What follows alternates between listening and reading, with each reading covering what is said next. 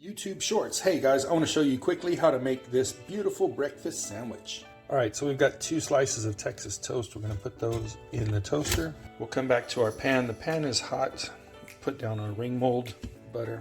Now what I like to do for that bottom side, add a little bit of seasoning in there. And we'll take our egg, always crack it on a flat surface, break that into your ring mold, and it'll just fill it out. Now we'll grab a couple of slices of meat. This is a turkey ham, and now I'll season the top of the egg. And now our toast is ready.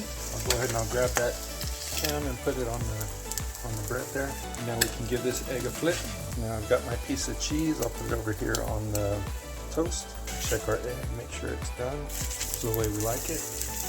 We got a little bit of a runny yolk there. If you don't like that, cook it more. If you like it, leave it the way it is, and place that right onto your sandwich. And place the top bread there, and there you go, breakfast sandwich. Alright guys, so let's see what that looks like on the inside. Oh man, doesn't that look delicious? Have a great day. Alright, let's see how it tastes. Oh yeah, have a great day guys. Chef.